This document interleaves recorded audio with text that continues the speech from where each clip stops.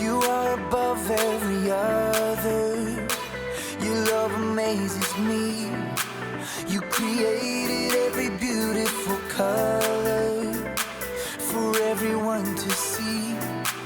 I want the world to know, I want my life to show just what your love has done for me. In your love I'm free, in your love I'm forgiven, forgiven.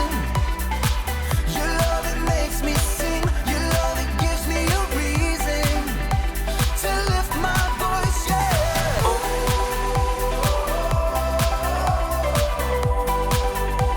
I lift my voice, yeah.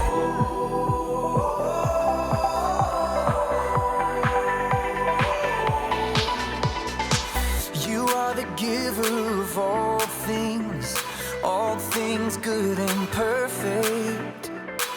I give you all of my praise, God, 'cause only you deserve it. I want the world to know, I want my life to show just what your love has done for me. In your love I'm free, in your love I'm forgiven, forgiven. Your love it makes me sing, your love it gives me a reason to lift my voice, yeah.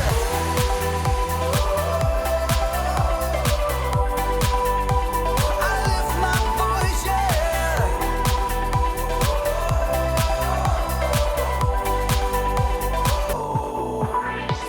I sing and dance, I clap my hands, I lift my voice, I lift my voice. I sing and dance, I clap my hands, I lift my voice, I lift my voice.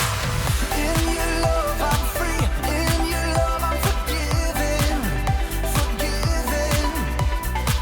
Your love it makes me sing, your love it gives me a reason to lift my voice, yeah.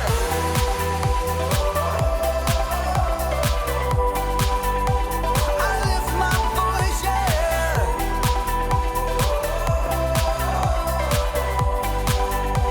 I lift my voice, yeah.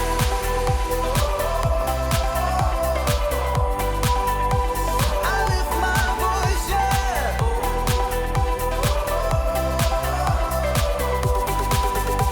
I lift my voice, yeah.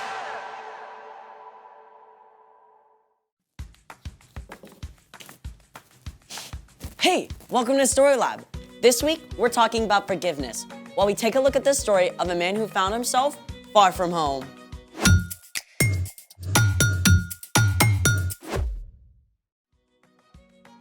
Hey, I'm Skylar. And I'm Sebastian, We're talking about forgiveness. which is deciding that someone who has wronged you doesn't have to pay. What's that? I thought I tried my hand at a little sketch for today's show. Can I see it? It's not good. Please, please, please, please. I mean, It looked really good from what I saw. Can I see it? okay. The fig is really cute. I like it. Can I have it back? Yeah, of course. Oh no! I am so sorry. Great. Thanks. Okay. What are you doing? It's ruined. No, you can totally save that. Make it into something cool. You have to say that because you messed it up. No, lots of great artists make big mistakes and use them in their artwork. Really? For sure. In fact, I know one of them. Her name is Whitney. and we're gonna talk to her. Right now. Did you plan this? Happy accident. Hey, Whitney, come on in.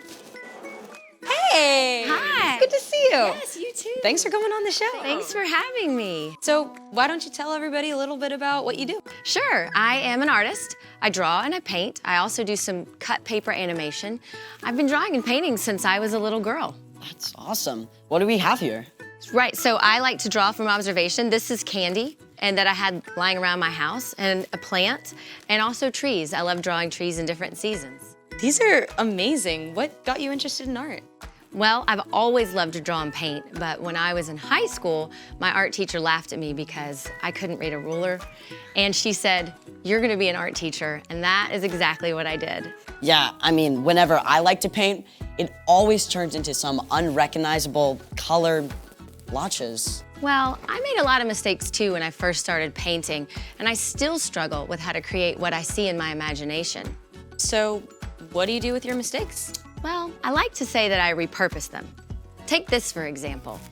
I was using my hot glue gun, and it dripped all over this canvas I was already working on. Honestly, it still looks pretty cool to me, but I get what you mean. So, how will you repurpose that?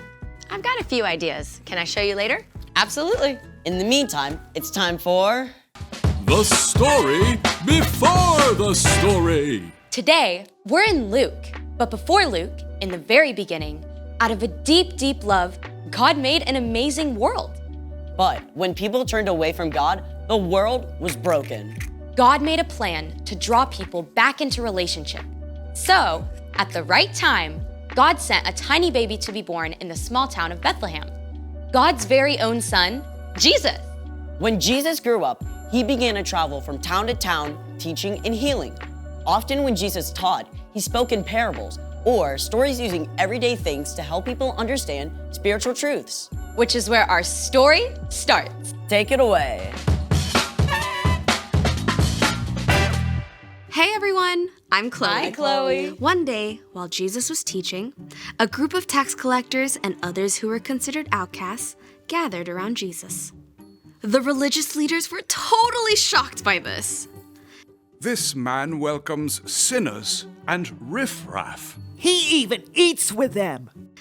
Jesus turned to the leaders and invited them to listen too. He spoke to them in parables, or stories, one about a lost sheep and one about a lost coin. The third story was about a lost son. There once was a wealthy man who had 2 sons. The youngest son was totally fed up with living at home. He hated having to do what his dad said and trying to live up to his perfect big brother. So, he did something extreme. Give me my share of all your money. Now, this was really rude, but it's even worse than you might think. Usually, family money would only be passed on to children after the father died. So, it's like the younger son was saying he wished his father was dead. Even though the father must have been terribly hurt, he divided up his property and gave a share of the money to the younger son. I'm in the money. Woohoo, the sky is sunny. The younger son took off for a faraway country. When he arrived, he started spending money like it was water. Fine clothes, awesome food, wild parties. The younger son lived it up, big time. But you can guess what happened. The money ran out. And right about that time, a famine hit. It was hard to find food, even if you did have money. The younger son was stuck, so he went to work for a pig farmer. The younger son was so desperate, he actually wanted to eat the disgusting pig scraps. The sharp hunger in his stomach woke him up. At home, my father's servants have more than enough food to eat. But I'm dying from hunger. The younger son started to form a plan. I'll go home to my father. I'll say to him, "Father, I have sinned against heaven, and I have sinned against you. I am no longer fit to be called your son. Make me like one of your hired servants." Yeah, that's it. So the younger son set off for home. He was tired and weak, and the journey seemed to take forever.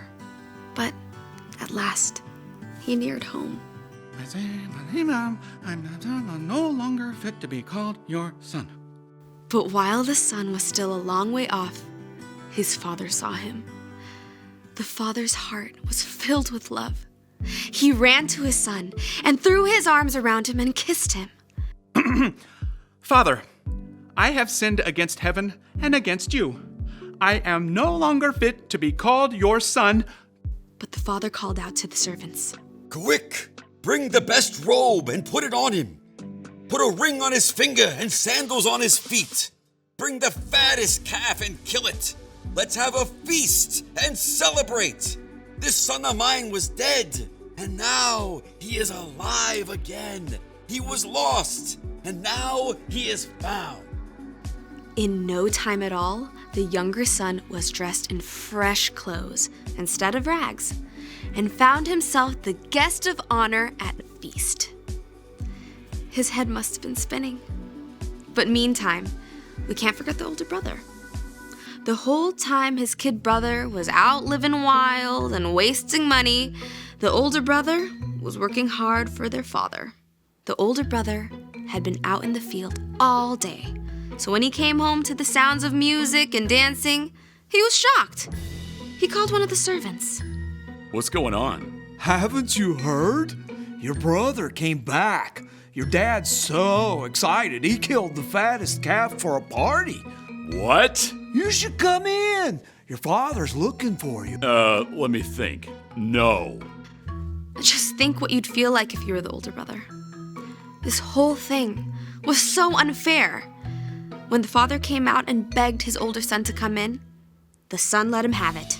Look, all these years, I've worked like a slave for you. I have always obeyed your orders. You never gave me even a young goat so I could celebrate with my friends. But this son of yours wasted your money on crazy things. Now he comes home, and for him, you killed the fattest calf. The father looked on his older son with the same love he gave his younger son. My son, you are always with me. Everything I have is yours. But we had to celebrate and be glad. This brother of yours was dead, and now he is alive again. He was lost, and now he is found. And that's the end. Jesus didn't tell the crowd what happened next. Maybe the older brother had a change of heart and came inside to have a blast with his brother. Or maybe he held on to his anger and stayed outside, alone. The end. Wow, there is a lot going on in that story. Yeah, sometimes I get the younger brother. Sometimes I want to do what I want to do. But then also sometimes I feel like the older brother, and I want everything to be perfectly fair. They both needed forgiveness. The younger brother for being hurtful and making really poor decisions. And the older one for being angry and bitter. So, what's our part in the story? Well, the father forgave both his sons. He forgave the son who did big, bold, awful things, but he also forgave the son who did everything right on the outside, but had a hard, bitter heart. And God is just like that father. God is always ready to forgive you for what you've done, no matter how big or small. If you go on a website that your parents specifically told you is off limits. Or you had a rotten attitude when your mom asked you to do something. If you lie about brushing your teeth. No matter what, you can always come back to God and know that God will forgive you. Just like the younger son. And the older one, too. Knowing God will forgive you is never an excuse to try getting away with something. You will only hurt yourself and others.